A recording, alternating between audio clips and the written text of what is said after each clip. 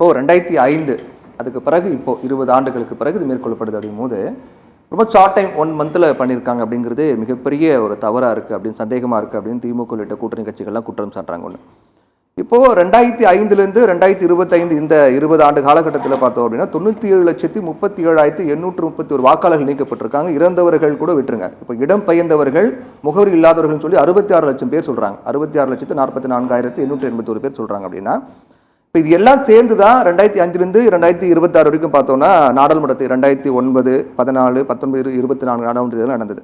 அப்போ இதெல்லாம் சேர்ந்து தான் தேர்தல் நடந்தது. அப்போ அதுவே நம்ம சந்தேகப்பட முடியாதானே இருக்கு. இந்திய தேர்தல் ஆணையன்றது தன்னாட்சி அதிகாரம் பிடித்த ஒரு அமைப்பு. தமிழ்நாட்டுக்கு மட்டுமே அது தேர்தல் நடத்துகிற வேலை கிடையாது. இந்தியா ஃபுல்லாக தேர்தல் நடத்துறது தான் அதோடைய வேலை.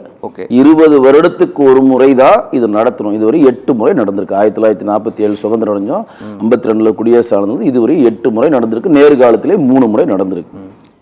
8 முறை நடந்திருக்கு. அந்த 8 முறையும் ஒரே மாதிரி தான் முடிச்சிருக்காங்களா? நான் சொல்கிறேன், நான் இப்போ ஃபஸ்ட்டு ஒரு பதிவு நான் உங்களுக்கு தெளிவு செய்ய விரும்புகிறேன். நான் இந்தியாவில் பிறந்த ஒரு குடிமகனாக நான் உங்கள்கிட்ட பேசுகிறேன். தவிர நீங்கள் எல்லாரும் என்னை தேர்தல் ஆணையத்துக்கு சப்போர்ட் மாதிரி யாருமே இங்கே சித்தரிச்சிடாதீங்க. தேர்தல் ஆணையத்துக்கு நீங்கள் கேட்குற கேள்விக்கு பதில் சொல்கிறதுக்கு கடமை அர்ச்சனா பட்நாயக் மட்டும்தான் இருக்குது, வேற யாருக்குமே கிடையாது.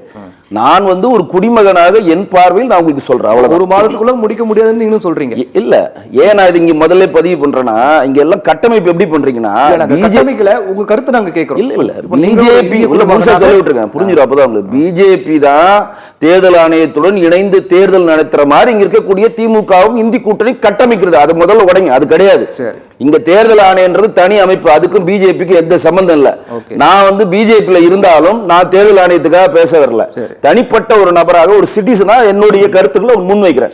ஏன்னா இங்க இருக்கக்கூடிய கட்டமைப்பு இதனால் வரை நான் பார்த்தது எல்லாமே 2 பேர் சேர்ந்துக்கிறாங்க, 2 பேர் சேர்ந்து பண்றாங்க, 2 பேர் சேர்ந்து பண்றாங்கன்னு தான் கேஸ் போடுறாங்க. பீகார்ல கேஸ் போட்டாங்க, ஒன்னும் ஆகல.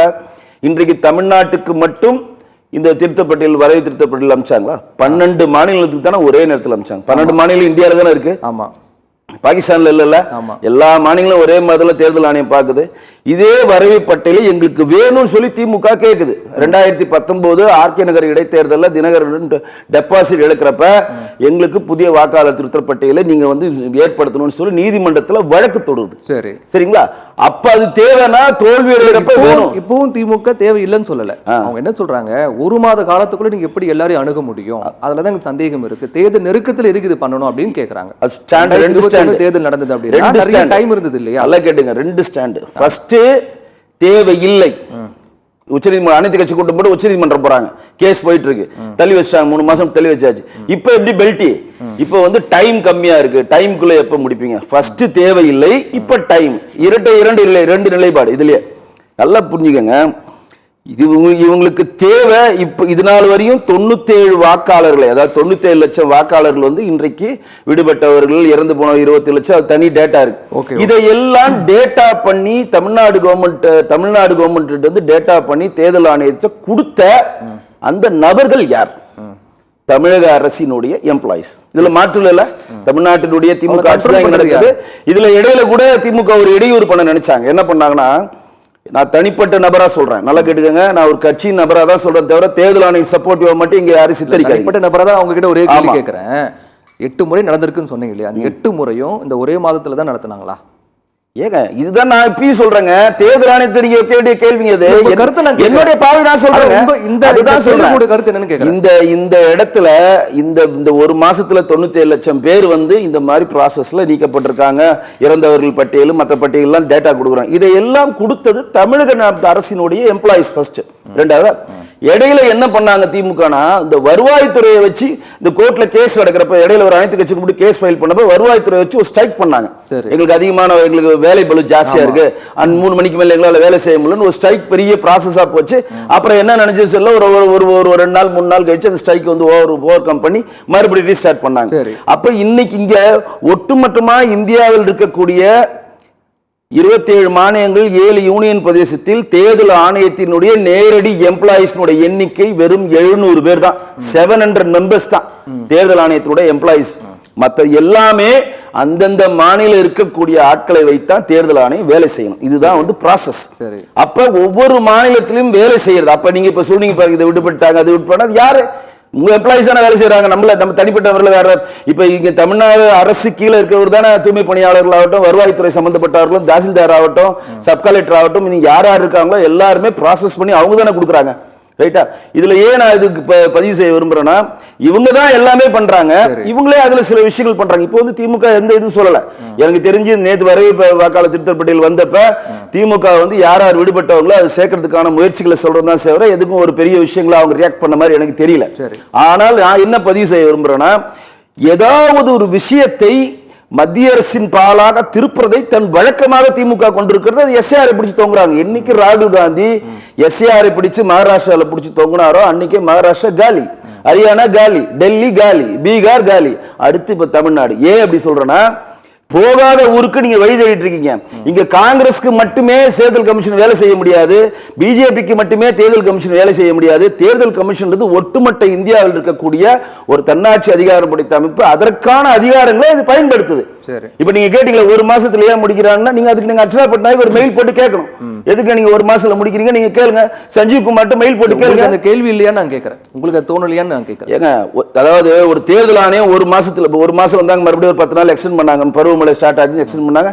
இப்ப ஜனவரி 18 வரையும் டைம் இருக்கு. மறுபடியும் வந்து விடுபட்டவங்களை சேர்க்கறது ஃபார்ம் 6 போடலாம், 6A போடலாம், 8 ஃபார்மை ஃபில் பண்ணி கொடுத்து நீங்க சேர்க்கறதுக்கான இருக்குது. 64 லட்சம் பேர்ல எத்தனை பேர் வேணா உள்ள வரலாம். இப்ப 97 லட்சத்து சம்திங் இருக்குது. வந்து அது உறுதிப்பட்ட நம்பர் கிடையாது, இன்னும் ப்ராசஸ் இருக்கு. இன்னும் ஒரு மாசம் கிட்டத்தட்ட வந்து இன்னைக்கு தேதி 20 தேதி இருக்கும், 17 27 28 நாள் இருக்கு, டைம் இருக்கு. ஒன்னும் பிரச்சனை இல்லை. அதெல்லாம் யார் யார் விடுபட்டார்களோ இடம் மாறினாங்களோ வரலாம். ஆனால் இப்ப திமுக என்ன நினைக்குதுன்னா, இதற்கான இடையூறுகளை பண்ணி இது ஒரு கேம் ஆடி மத்திய அரசு பக்கம் திருப்பலாமா நினைச்சது, அதுல தோல்வி கண்டிருக்கிறது. வெங்கடேஷ் சார் தொடர்ச்சியா பல குற்றச்சாட்டுகள் முன்வைக்கிறார். இந்த சந்தேகங்கிறது இந்த ஒரு மாத காலத்துக்கு நடத்துறாங்க அப்படிங்கிறது மட்டும் கிடையாது. தேர்தல் ஆணையர் நியமனத்திலிருந்து பல இடங்கள் இந்த கண்காணிப்பு ஃபுட்டேஜ் வந்து டெலிட் பண்ணலாம், அதுக்கான சட்ட திருத்தங்கள் கொண்டு வந்ததுலேருந்து பல விஷயங்களை நம்ம பார்த்துக்கிட்டு இருக்கோம். இது எல்லாமே நடைமுறைக்கு எதிரானதாக இருக்கு, சந்தேகத்தை எழுப்பக்கூடிய வகையில் தான் இருக்கு. அதனால தான் இதுவும் அதே கோணத்தில் பார்க்க வேண்டியதாக இருக்கு அப்படிங்கிறாரு. இப்போ நீங்கள் ஒவ்வொரு முறையும் வந்து நண்பர் சொல்கிறப்ப ஒரு விஷயம் சொன்னீங்க, எந்தெந்த விஷயத்துக்கு உங்களுக்கு தீர்வு கிடைக்கலையோ அடுத்த ப்ராசஸ் நீங்கள் உச்சநீதிமன்றம் போக வேண்டியதான்னு சொன்னீங்க. அதற்கு நண்பர் என்ன மறுத்து பேசுகிறார், அங்கேயும் கரெக்டாக இருக்கா, அப்போ எங்கே போவீங்க, இன்டர்நேஷனல் கோர்ட் போவீங்களா? எனக்கு புரியல. அது இல்ல, மக்கள்கிட்ட போங்க. மக்கள்கிட்ட போனதுனாலதான்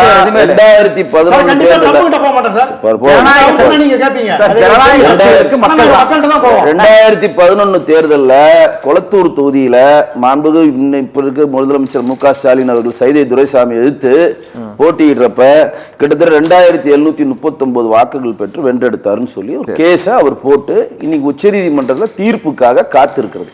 இது வந்து தேர்தல் ஆணையம் வந்து 2011 என்ன ப்ராசஸ் ஆச்சுன்றதுக்கான ஒரு பதிவு சொல்றேன். டி நகர் சத்யா அவர்கள் வந்து தான் வெற்றி பெற்றதை எதிர்த்து ஒரு தேர்தலில் வழக்கு தாக்கல் பண்ணியிருக்காரு. கரூர் விஜயபாஸ்கர் வழக்கு தாக்கல் பண்ணியிருக்காரு. அதிமுக கூடிய வழக்கறிஞர் விநாயகம் ஒரு வழக்கு தாக்கல் பண்ணியிருக்காரு. இவங்க எல்லாம் என்ன பண்றாங்கன்னா, எங்களுக்கு வந்து முறையான எஸ்ஏஆர் நடத்தியிருந்தா நாங்க தேர்தலை வென்றெடுத்திருக்கலாம், இதுல குளறுபடிகள் இருக்குன்னு சொல்றப்ப அது சென்னை உயர்நீதிமன்றம் வரப்ப அவங்க தான் தேர்தல் கமிஷன் வந்து பதில் சொல்லுது, அதுக்கு தான் எஸ்ஏஆர் நாங்க நடத்துறோம் அப்படின்ற ப்ராசஸ். அப்ப இது ஏடிஎம்கே தேசிய ஜனநாயக கூட்டத்தில் அங்கம் வகிக்கிற ஏடிஎம்கே இன்னைக்கு இது ஆதரிக்கல. சரி, அவங்க தோத்த காலத்துல இருந்து இருக்கு. 2011 வெற்றி செல்லாதுன்னு அறிவிக்க கோரி கேஸ் போட்டிருக்காங்க. நண்பர் என்ன சொல்றாரு, தேர்தல் ஃபுட்டேஜ் நீங்க தேர்தலில் நீங்க போறீங்க, வென்றெடுக்கிறீங்க, அந்த வென்றெடுத்த தேர்தல் வந்து நான் வந்து தோத்துட்டேன், இல்லை நான் ஒத்துக்க மாட்டேன் அப்படின்னா உடனடியாக 3 மாதத்துக்குள்ள நீங்க உயர்நீதிமன்றத்தில் வழக்கு போடணும்.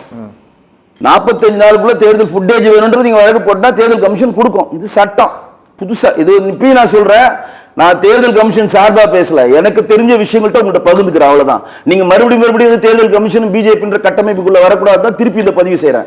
45 நாளுக்குள்ள உங்களுக்கு வேணுமா, இன்னைக்கு தோத்துட்டீங்க, 3 நாள் கழிச்சு நீங்க போய் உயர்நீதிமன்றத்தில் வழக்கு சொல்லுங்க, 3 மாசத்துக்குள்ள நீங்க அப்ளை பண்ணீங்கன்னா அவங்க கவுண்டிங் முழுசா சொல்லிடுறேன் சார், நீங்க எழுதி வச்சு பேசுங்க.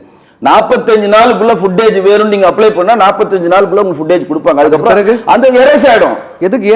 ஏன் தேர்தல் கமிஷனோட அவனோட பவருங்க. ஏன் மாத்திரம் நல்லா கேளுங்க, டிஸ்ட்ரிக்ட் சுப்ரீம் கோர்ட் போற வரைக்கும் ஒரு கமிஷனுக்கு ஒரு பவர் இருக்கு சார். உச்சநீதிமன்றம் ஒரு கேள்வி கேட்கிறப்ப சில தரவுகளை தேர்தல் கமிஷன் தர முடியாதுன்றான் சொல்றான். ஏன் தர முடியாதுன்னா என்னுடைய பவர் படி நான் உங்களுக்கு தரணும்னு தர வேண்டிய அவசியம் இல்ல. தேர்தல் கமிஷன் சம்பந்தப்பட்ட ஆட்களிடம் தான் நீங்க இந்த கேள்வி கேட்கணும். நான் அவங்க நடந்த நடைமுறை தான் உங்கள்ட்ட முன்வைக்கிறேன். தயவு செய்து கட்டமைக்காதீங்க, எல்லாம் சேர்ந்து ஒன்னா பண்ற கட்டமைக்காதீங்க. தேர்தல் உச்சநீதிமன்றம் சொல்லுது, என்ன சொல்லுது? ஆதார் கார்டை நீங்க சேர்த்துக்கணும்னு சொல்லுது. தேர்தல் கமிஷன் நாங்க சேர்த்துக்க மாட்டேன்றாங்க. நீங்க நாங்க சொல்றத கேட்கணும்னா என்னுடைய பவர் நான் யூஸ் பண்ணுவேன் தேர்தல் கமிஷன் சொல்லுது. ஒவ்வொருத்தருக்கும் ஒரு கான்ஸ்டிடியூஷன் ஒரு பவர் கொடுத்துருக்குங்க. அவர் பவர் அவர் யூஸ் பண்றதுல என்ன உங்களுக்கு சிக்கல் இருக்கு? வேணா நீங்க கடைசி புகலிடம் நீதிமன்றம் தானங்க. நீதிமன்றம் போய் இப்ப பீகாருக்கு என்னென்னமோ பண்றாங்க. அழகா ராகுல் காந்தி கேட்டாங்க, நீங்க என்ன சொல்றீங்க? நீதிமன்றம் போக வேண்டியதான் அப்படின்னு கேக்குறீங்க. நீங்க தான் நீதிமன்றம் சொல்லி தேர்தல் ஆணையம் கேட்க மாட்டாங்க, எங்களுக்கு தனி பவர் இருக்குன்றாங்க. அந்த பவர் தான் பாஜக ஃபேவரா இருக்குன்றாங்க அவங்க. ஏங்க அது அவங்க சொல்லிக்கிறாங்க, அந்த மாதிரி ஃபேவரா கொடுக்க முடியாதுங்க யாராலுக்கும். இப்ப ஒரே ஒரு உதாரணம் சொல்றேன். இப்ப தேர்தல் கமிஷனுக்கு என்னென்ன பவர் இருக்கு அப்படின்னு யாருக்கும் தெரியாத இந்த காலகட்டத்தில் டிஎன் சேஷன் ஒருத்தர் வந்தார். அவர் வந்துதான் தேர்தல் கமிஷனுக்கு என்ன பவர் இருக்குன்னு ஒட்டுமொத்த பொதுமக்கள்கிட்டையும் சொன்னாரு. ஒட்டுமொத்த அரசியல்வாதிக்கும் சில கிடுபிடிப்பு போட்டார். அதுக்கு முன்னாடி தேர்தல் கமிஷன் என்ன பவர் நமக்கு தெரியுமா? நம்ம என்னவோ போனா ஓட்டு போடுவோம் அப்படின்னு வந்திருந்தோம். அவருடைய பவர் அவர் யூஸ் பண்றாருங்க. இப்ப சஞ்சீவ் குமார் வந்து தனிப்பட்ட முறையில் ஒரு முடிவு எடுக்க முடியாதுங்க. தலைமை தேர்தல் ஆணையர் அவருக்கு சில கான்ஸ்டிடியூஷன் சில பவர் கொடுத்திருக்கோம். அந்த பவருக்குள்ள நீதிமன்றமும் வர முடியாது, இவங்களுக்குள்ள நீதிமன்றத்துக்குள்ள இவங்களும் போக முடியாது. இது வந்து தான் வகுக்கப்பட்டது. இது இடையில பூந்து நீங்க கேட்கல நாங்க கேட்கல, இதுக்கான ஆன்சர் நீங்க தேர்தல் ஆணையத்தை தான் கேட்கணும். அப்ப வடக்கை தொடர்ந்து ஏடிஎம்கே முன்னாடி இருந்தே போட்டிருக்காங்க. இன்றைக்கு வரையும் மாண்புமிகு முதலமைச்சருடைய 2014 தேர்தல் சம்பந்தமான வெற்றி செல்லாதுன்னு அறிவிக்க கோரின கேஸ் சுப்ரீம் கோர்ட்ல நீ ட்ரையல் வந்து என்னைக்கு வேணா தீர்ப்பு வரக்கான கண்டிஷன் இருக்கு. அது இங்க இருக்கக்கூடிய எந்த ஊடகங்களும் வெளியில சொல்லாம இருக்கின்றது கூட திமுக அஇஅதிமுக பொதுக்குழுல எடப்பாடி பழனிசாமி நேரடியா ஊடகங்களை பார்த்து ஒரு கேள்வி கேட்டார். ஏன் சொல்ல பயமா உங்களுக்கு? ஏன் இத பெரிய விஷயமா விட்டது யாரு? அவர் சொல்றார், நான் சொல்லலங்க. அவர் பொதுக்குழுல சொன்னார். இங்க இருக்கக்கூடிய ஊடகங்கள் ஏன் சொல்லல? 2011 வெறும் 2799 வாக்கு வித்தியாசத்துல முதலமைச்சர் ஊடகம் சொல்லல அப்படிங்கிறது எப்படி சொல்ல முடியும் சார்? எந்த ஊடகம்? நான் எப்படி சொல்றேன், மேற்கோள் காட்டுறீங்க, அது நீங்க எடப்பாடி பழனிசாமி அவர்கள் தான் கேட்கணும். மேற்கோள் காட்டுறதை அவங்கள்ட்ட பதிவு செய்யறேன். அவர் சொல்றார், இதை வந்து பெரிய பூமாக்கி இங்க இருக்கக்கூடிய திமுக சார்ந்து திமுக சப்போர்ட் பண்ற ஊடகங்களை தன் கையில் வைத்திருக்கிறதுனால தான் இது பேசும் பொருள் ஆகலன்னு அவர் சொல்றாரு. என்ன தவிர இன்னைக்கு பேசும் பொருள் ஆயிருக்கும்ல. அது இன்னைக்கு நீங்க முடிஞ்சு இனிஷியேட் பண்ணி எல்லாம் தீர்ப்புகள் வழங்கக்கூடிய கண்டிஷன் வந்து பார்த்தமாக தள்ளி வச்சிருக்காங்க. என்ன வேணா தீர்ப்பு வரலாம், செல்லாதுன்னு வரலாம், செல்லும் வரலாம், பதவி போகலாம், முதலமைச்சர் பதவி இல்லாம போகலாம், என்ன வேணா நடக்கலாம்ல. அதையே நீங்க விவாத பொருளாக்கலன்னு கேட்கிறாரு. அப்ப இங்க ஏடிஎம்கே வந்து தொடர்ந்து இங்க இருக்கக்கூடிய எலெக்ஷன் கமிஷன் தனக்கான பிரேயர்ஸை வச்சுக்கிட்டே தான் இருக்காங்க. அதனாலதான் ஆரம்பிச்ச உடனே இங்க இருக்கக்கூடிய தேசிய ஜனநாயக கூட்டணிக்கு எந்த கட்சிகளும் எஸ்ஏஆரை எதிர்க்கல. ஆனால் தொடர்ந்து காங்கிரஸ் எதிர்க்கிறது. நம்ம டெல்லியில சலாம் பண்ணுன்ற ஒரே ரீசனுக்காக, அங்க இந்தி கூட்டணியில நம்ம ஒன்னா இருக்குன்ற ஒரே ரீசனுக்காக டக்குன்னு எதிர்த்தீங்க. அனைத்து கட்சி கூட்டம் போனீங்க. உச்சநீதிமன்றம், சென்னை உயர்நீதிமன்றத்தில் கேஸ் போயிட்டு இருக்கா இல்லையா? தள்ளி வச்சிருக்காங்களா இல்லையா? இதுதானுங்க ப்ராசஸ். இப்படிதாங்க நடைமுறை. இந்தியாவில் இப்படிதாங்க வேணும். இன்னைக்கு நீதிபதி ஒரு தீர்ப்பு கொடுத்தாலும் நீங்க இம்ப்ளிமெண்ட் பண்ண மாட்டீங்க. நீங்களும் நீதிபதிக்கு போவீங்க, நீதிமன்றம் போவீங்க. அப்ப நீதிபதி உங்களுக்கு ஃபேவரா வந்தா அந்த நீதிபதி உங்களுக்கு ஃபேவர் ஓகே. அப்புறம் அண்ணன் சொன்னாரு, மோடி அரசாங்கம் தான் இவ்வளவு நீதிபதி நியமிச்சிருக்காங்க. இந்தியாவில் எந்த உச்ச நீதிமன்றத்தை எந்த அரசாங்கம் நியமிக்க முடியாது, கொலிஜியம் தான் நியமிக்கும்.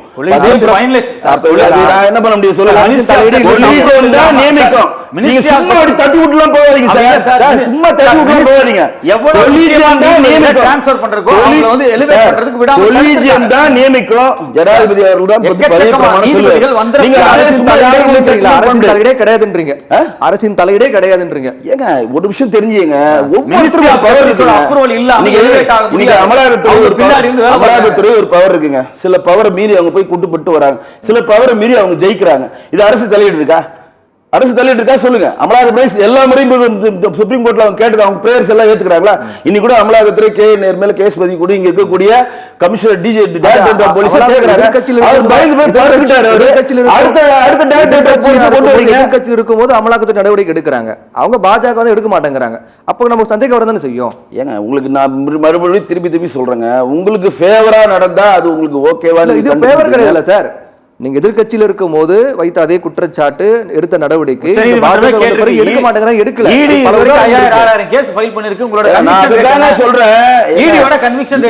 அதாவது உங்களுக்கு திருப்பி நீங்க வந்து பதிவு செய்யறது தயவு செய்து உள்வாங்குங்க. நாங்க வந்து இடி அதற்கு சம்பந்தப்பட்ட பவரை யூஸ் பண்ணி உச்சநீதிமன்றத்துல சில இதுல வெற்றி பெறாங்க, சில இதுல தோல்வி பெறாங்க சொல்றேன். இப்ப நீங்க இடி என் கண்ட்ரோல் வந்து நீங்க டாஸ்மார்க் உடைச்சு நாங்க அப்ரூவ் பண்ண முடியாது. இப்ப டாஸ்மார்க் வழக்கு அங்க போய் இடி வந்து ஸ்டாப் பண்ணாங்களா இல்லையா?